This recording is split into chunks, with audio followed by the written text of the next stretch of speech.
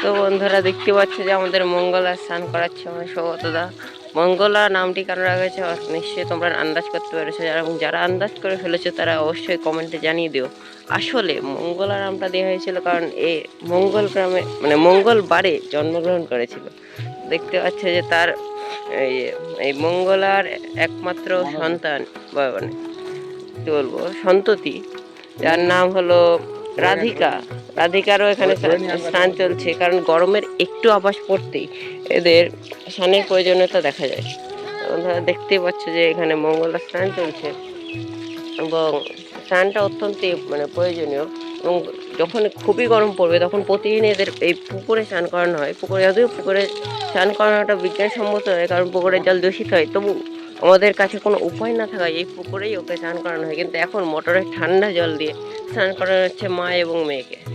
আপনারা দেখতে পাচ্ছে এখানে রাধিকা খুবই শান্ত মনে সুষ্ঠ মনে স্নান করছে এবং মঙ্গলা স্নান করে অত্যন্ত তৃপ্ত হয়ে উঠেছে। এখানে স্নান করানো চলছে। দেখতে পাচ্ছে এখানে রাধিকা অত্যন্ত তৃপ্ত মনে স্নান করছে এবং এখানে তার মা মঙ্গলাও খুবই সুন্দরভাবে স্নান করছে। মঙ্গলা এমনিতে খুবই রাগী স্বভাবের, কিন্তু এখন যখন স্নান করানো হচ্ছে তখন কিন্তু অত্যন্ত শান্ত মনে খুবই সুষ্ঠুভাবে স্নানটা করছে। এটা দেখে আমরা অত্যন্তই অবাক।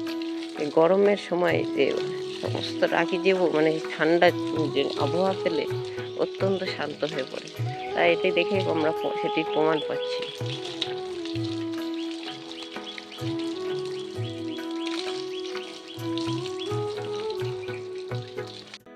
দেখতে পাচ্ছ যে এখন স্নান করার পর এখন গা মোছা হয়ে যাচ্ছে, গা মোছার প্রক্রিয়াটি চলছে।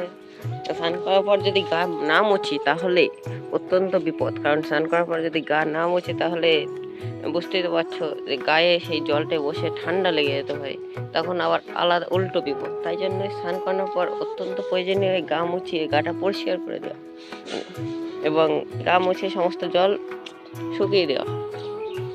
যদিও গরমকাল যখন অত্যন্ত গরম পড়বে 40, 45, 50 ডিগ্রি সেন্টিগ্রেড, অবশ্য 50 থেকে বেশি হয়ে গেল, 50 ডিগ্রি সেন্টিগ্রেড তাপমাত্রায় পৌঁছাবে, তখন আর এই গা মুছিয়ে দেওয়ার মানে প্রক্রিয়াটি মানে ধারাবাহিক রাখা হবে না। তখন এই গা মুছিয়ে দেওয়ার প্রক্রিয়াটি বন্ধ রাখা মানে স্থগিত রাখা হবে। একাই গরম রোদের তাপেই মানে গায়ে জল দিতেই মানে পুকুর থেকে উঠতেই জল শুকিয়ে যাবে।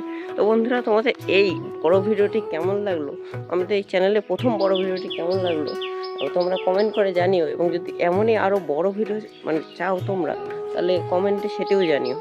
এবং ভিডিওটি ভালো লাগলে লাইক করে চ্যানেলটিকে সাবস্ক্রাইব করে দিও। তো বন্ধুরা, টাটা।